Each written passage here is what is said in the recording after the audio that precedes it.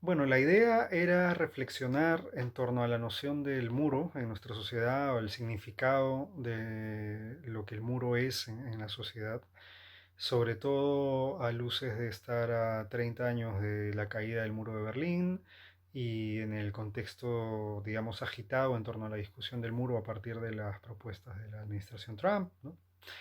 En esa línea, para mí resulta un poco evidente que en nuestra sociedad hay muros al menos de tres tipos. Hay muros que no notamos y que son los muros que nos rodean en lo cotidiano. Hay muros que nos atraviesan y atraviesan nuestras dinámicas, nuestros intercambios y que son muros que no percibimos de ninguna otra manera o de ninguna manera sensible, digamos. Y hay muros que utilizamos cotidianamente, constantemente, y en los cuales nos insertamos y que son los muros que llevamos encima, ¿no? En ese sentido, estos tres tipos de muros se corresponden con tres regímenes, a su vez, que de alguna manera constituyen el entorno social actual. Entonces, en primer lugar estarían los muros portátiles, que son los muros de nuestros gadgets digitales, de nuestros gadgets de comunicación digital, que son en buena cuenta muros que delinean nuestra subjetividad, nuestra forma de operar con la información, y se corresponden precisamente con un régimen informacional.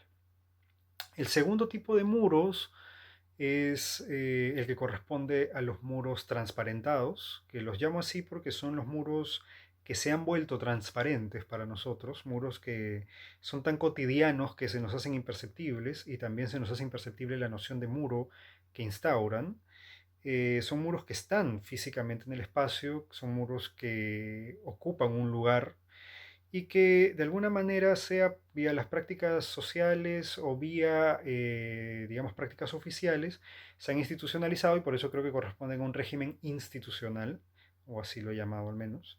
Y en tercer lugar estarían los muros fácticos, lo que llamo muro fáctico, que se corresponde con un régimen socioeconómico, en buena cuenta el régimen del neoliberalismo en ese sentido, y su lógica cultural, y tiene que ver con, o tienen que ver con estos abismos que son un poco más complejos y que son, digamos, más difíciles, ¿no? Son los muros de las desigualdades, los muros de las diferencias. Entonces, en buena cuenta, tres regímenes. El régimen informacional, que tiene que ver con las prácticas y las subjetividades de los sujetos, al que se corresponden los muros portátiles, el régimen institucional, que está con lo cotidiano, con lo más inmediato, y el régimen socioeconómico, que tiene que ver con toda la lógica cultural del neoliberalismo. Entonces, voy a empezar en todo caso por los muros portátiles. En buena cuenta, los muros portátiles corresponden a todos nuestros objetos digitales, a todas nuestras pantallas de uso cotidiano, que yo en buena cuenta realmente creo que nos amurallan y nos encierran con una particularidad, nos encierran con apertura, nos encierran sin confinarnos. Y en primer lugar, este encierro se da porque nos circunscriben a una lógica, un tipo de funcionamiento que es el del régimen informacional actual. ¿Qué es un régimen informacional? En buena cuenta tiene que ver con las operaciones que una sociedad va a desarrollar con la información, tanto en almacenamiento como en las maneras de distribuir información, y eso va a afectar una serie de dinámicas sociales y sobre todo las prácticas de los sujetos. Hace más o menos un año y medio publiqué un libro justamente sobre nuestro régimen informacional, donde detallo bastante más de este tema. Dejo el link al primer capítulo del libro que está disponible, que está abierto, donde esto se detalla más, entonces no voy a entrar mucho en detalle. Para lo que estamos hablando aquí, para el tema de estos muros portátiles, lo que sí resulta relevante es que, en primer lugar, nos van a circunscribir nuestros muros digitales, nuestros muros de la pantalla, nuestros muros de bolsillo, nos van a amurallar, nos van a encerrar en torno a las dos prácticas centrales que tiene este régimen, que son la saturación de la información. Hay muchísima información, más que nunca el sujeto está expuesto a demasiada información. Y por otro lado, la velocidad. Ante esa saturación de información, el sujeto solo puede fluir, inscribirse en el éxtasis del flujo inmediato y veloz de la información. Entonces, la primera manera en la que este régimen soft, si se quiere, nos circunscribe, con la misma fuerza con la que un régimen de encierro podría, solamente que con apertura, como digo, soft, la primera manera en la que nos encierra tiene que ver con este sometimiento de cierta manera o con esta suerte de delineación, en esta suerte de amoldamiento a estas prácticas de la saturación y la velocidad como las dos maneras de funcionar respecto a la información. Por lo general, cuando se piensa en las pantallas o en nuestros gadgets y se emparenta la idea de que uno está amurallado, más bien se suele caer en el lado de la adicción que esto provoca o la soledad que esto de alguna manera motiva.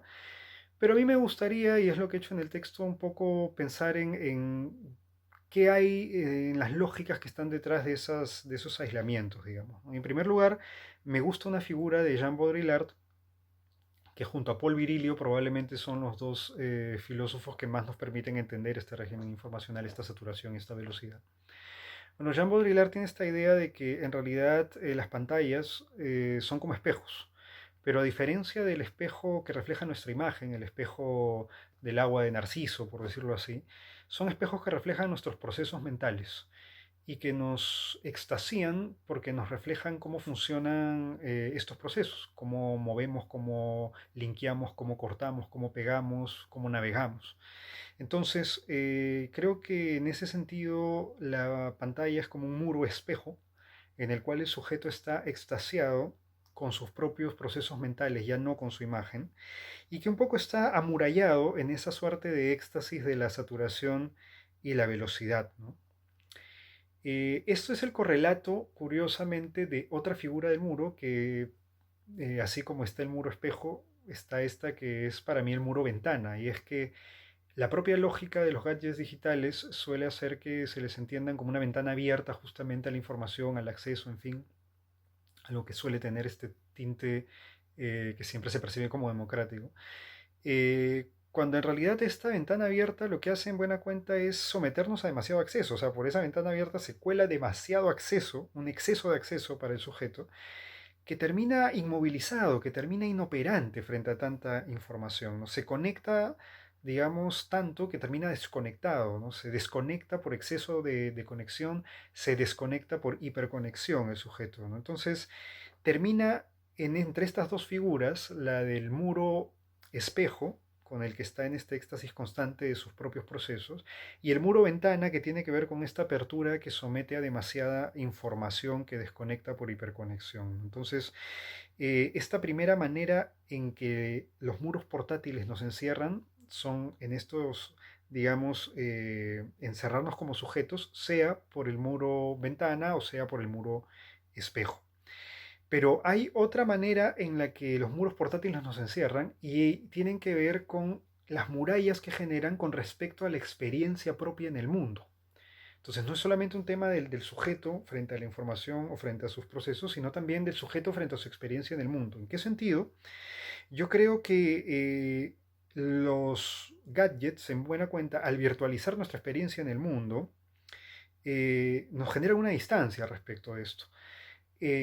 Digamos, ¿no hay acaso una muralla que de alguna manera se instaura cuando el sujeto va a un concierto y ve el concierto a través de la pantalla de su celular? No está como amurallado respecto a esa experiencia. No hay una muralla de alguna manera instaurada cuando el sujeto está de viaje, pero más preocupado en las imágenes del viaje o en registrar eso para Instagram o sus redes que en la propia experiencia del viaje. Es como una muralla que se pone en el medio, ¿no? Entonces, por un lado, la muralla del sujeto encerrado, sea espejo, sea ventana, pero por otro lado, esta muralla que virtualiza, este muro virtual que nos, de alguna manera, nos virtualiza la propia experiencia en el mundo, ¿no? La tercera manera en la que el muro portátil, este muro del régimen informacional, amuralla la experiencia, es encerrando cada vez más parcelas de nuestra vida y dándoselas al mercado. Y esto es algo que está muy en discusión ahora, sobre todo en un escándalo como el de Cambridge Analytica, por ejemplo, o desde los reclamos con respecto al uso de la data de los usuarios, que tiene que ver con cómo, de alguna manera, estos muros portátiles cada vez van encerrando más porciones de la vida cotidiana y las convierten en información. En nuestras redes, parte de nuestros consumos, nuestras dinámicas, nuestras costumbres se vuelven información y a su vez esta se mercantiliza y se convierte en material del mercado. Nosotros ya ni siquiera somos sujetos alienados a un proceso de producción, sino que somos objetos en buena cuenta rentables, somos bancos de datos rentables para el mercado. Entonces, digamos, estos primeros muros, los muros portátiles, encierran a los sujetos, encierran también al sujeto respecto a su experiencia y además encierran porciones de la vida cotidiana para convertirlas en material de mercado y material rentable, ¿no? En ese sentido, creo que esto se va a enfatizar más cuando llegue la tecnología masiva del Internet de las Cosas, el Internet of Things, porque ahí lo que va a pasar también es que nuestra presencia en el mundo y nuestra actividad física cotidiana también se va a volver información y también va a ser rentable. Pero bueno, esos serían los primeros muros, los muros portátiles. Luego están los muros transparentados, que en buena cuenta se correlacionan y son el correlato de los muros fácticos. Voy a empezar por los muros transparentados porque son, digamos, muros correlativos que se corresponden. Los muros transparentados, decía, son esos que se han vuelto transparentes y que están en el mundo cotidiano. Son los muros que están erigidos, los muros que podemos ver, los muros tangibles, los muros que están levantados en nuestro entorno. En buena cuenta, digo que son transparentados porque ya se nos han hecho tan cotidianos, habituales y normales que la propia idea del muro y de vivir amurallados se nos ha hecho normal. Estos son muros que en realidad cercan y al mismo tiempo no acercan. Son muros que están hechos para parcelar lo social y, digamos, de alguna manera legitimar o normalizar la idea de ese parcelamiento, ¿no? En buena cuenta, de ese parcelar, digamos. En buena cuenta, estamos hablando pues de las vallas, estamos hablando de los controles, estamos hablando de los pasos fronterizos, de las tranqueras de los barrios, de las alambradas, de las murallas de las casas, en fin, todos los muros cotidianos con los que uno se cruza y que de alguna manera están erosionando, como digo, parcelan y erosionan en simultáneo la idea del espacio compartido y sobre todo el espacio público, ¿no? Esto es algo que ocurre de manera casi dramática en América Latina. Al menos somos testigos de cómo el espacio público termina parcelado y atravesado por muros que en realidad erosionan su concepto, ¿no? En América Latina pues tenemos, en el caso de Brasil, favelas que dan cara con, digamos, barrios de lujo. En Perú tenemos el llamado Muro de la Vergüenza. En el mismo cerro está uno de los barrios más acaudalados de la ciudad y ahí al costado un barrio que de los más necesitados, digamos, o uno con amplias necesidades. Y en medio de un muro, las tranqueras de todos los barrios, las tranqueras que cierran las calles, que son espacios públicos en principio. En Argentina también están estos temas de las villas, junto a algunas villas que están frente a barrios que se han gentrificado y ahora son muy caros, en fin. Entonces, digamos, son muros que se dan cara a cara, pero nunca vecinos. Son realidades que están cara a cara, pero realmente nunca son vecinas. Son próximas, pero no vecinas en ese sentido. Y en buena cuenta, estos muros son los muros del estatus, los muros privados, los muros de la exclusividad, ¿no? Que en realidad son muros que excluyen. Lo exclusivo es excluyente, literalmente. Siempre son los muros del otro como fantasma, ¿no? El otro como el fantasma de lo que no quiere. Son los muros de los fantasmas que, digamos, de los que se protege determinado grupo social, determinada clase, lo que fuera. En ese sentido me parece interesante porque son también muros de vaivén, son muros que no solamente protegen o moldean aquello que están, en teoría, protegiendo, sino también moldean lo excluido, ¿no? Y moldean ambas subjetividades. Por un lado, estos muros transparentados tienen esa cara, esta cara de erosionar el espacio público, de ser muros privados, muros de la exclusividad, muros del estatus, pero también estos muros cotidianos que nos han hecho normal la idea de vivir amurallados, tienen otra cara que es la cara de la sospecha y el miedo. En buena cuenta, los muros de la ciudad son un monumento a nuestra paranoia. Son un monumento a la inseguridad y a la paranoia respecto a la inseguridad a la que estamos de alguna manera sometidos, ¿no? En ese sentido, hay un contraste que es casi dramático, ¿no? Y es que, bueno, antes las murallas protegían a los miembros de una ciudad respecto a todo lo que era externo y de alguna manera generaba un sentimiento de inclusión digamos, pertenencia a los que estaban amurallados dentro de la ciudad. Pero ahora los muros de las ciudades, los muros intraurbanos, más bien nos separan del otro que está a nuestro lado en la propia ciudad. y más bien desintegran toda la idea del colectivo de la ciudad, ¿no? En ese sentido, esta segunda cara de estos muros transparentados me parece un poco terrible. En cualquier caso, ambas caras, ambas lógicas, la del muro estatus o el muro excluyente y la del muro miedo, digamos, que reafirma esta idea de disolución de lo colectivo y la sospecha, ambos funcionan en términos Foucaultianos, como diría Foucault, mejor dicho, como dispositivos. ¿En qué sentido? En que hay una práctica, digamos, hay un discurso, perdón, institucional que legitima una práctica que se vuelve, digamos, una política institucional, que puede ser una institución formal o puede ser una institución social, un grupo social que enreja algo, en fin. Y a su vez eso se deriva en una subjetividad, ¿no? Que en este caso es una subjetividad vaivén, la del excluyente y la del excluido. Entonces, en ese sentido, estos muros estatus, este muro miedo, este muro exclusivo, este muro sospecha, estos muros privados, estos muros del espacio público, en buena cuenta son dispositivos. Todos los muros transparentados son dispositivos. Pero con todo y esos matices, eh, todos esos muros transparentados son en buena cuenta la expresión del último tipo de muro, el último régimen de muro, que es el de los muros fácticos, que quizá es el más duro de todos los muros, creo yo.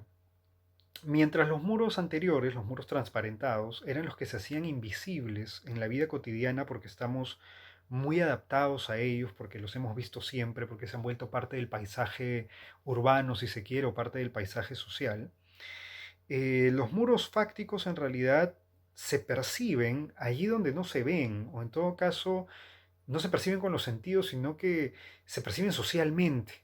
Y son los muros más difíciles, son los muros con los que digamos, el orden del capitalismo actual, o en buena cuenta el régimen socioeconómico, que es con el que se corresponden, han instaurado. Estos muros fácticos se manifiestan en los muros transparentados, estos muros reales que nos rodean, y su contenido, en buena cuenta, lo que ocurre en ellos, circula por nuestros muros portátiles de la pantalla, pero son muros que son mucho más difíciles de atravesar, y son muros que quizás son mucho más dramáticos en sus alcances.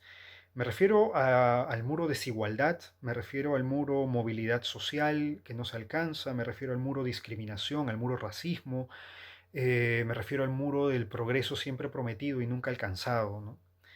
En buena cuenta son los muros, como digo, más duros de nuestra sociedad y son estos muros que se manifiestan en los muros cotidianos que hemos vuelto invisibles, ¿no?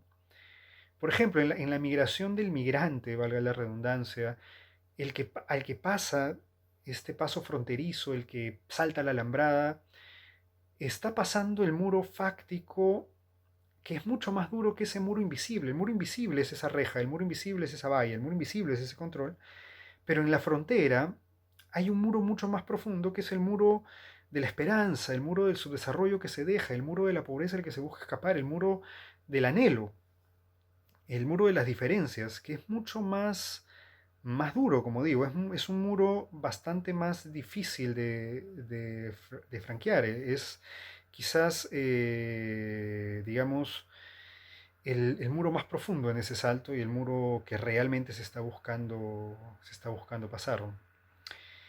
Tanto es así que incluso estos muros fácticos pueden vestir o pueden habitar espacios geográficos muy marcados.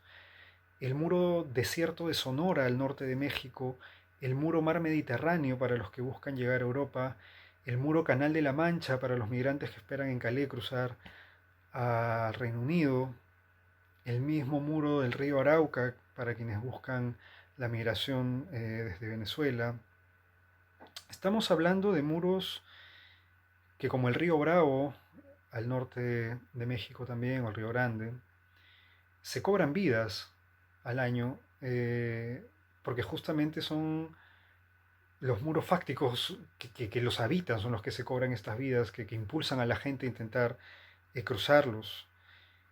Son, como digo, estos muros los más duros, y por eso los llamo fácticos en nuestra sociedad, se traslapan y conviven con los dos tipos de muros anteriores. En buena cuenta estos muros son con los que la modernidad inventa sus parias, para decirlo en términos de Bauman o de Bacant, justamente son los muros de los excluidos de la modernidad y sus procesos, ¿no? Que también son correlato de otra cosa, que también es un muro fáctico y es esta suerte de muro que nosotros nos ponemos cotidianamente para lidiar con todas estas diferencias, porque si no la vida se hace un poco inllevable, creo, y en nuestras sociedades uno vive un poco amurallado respecto al dolor del otro, justamente porque se hace un poco invivible la vida, tan permeable lo otro, ¿no?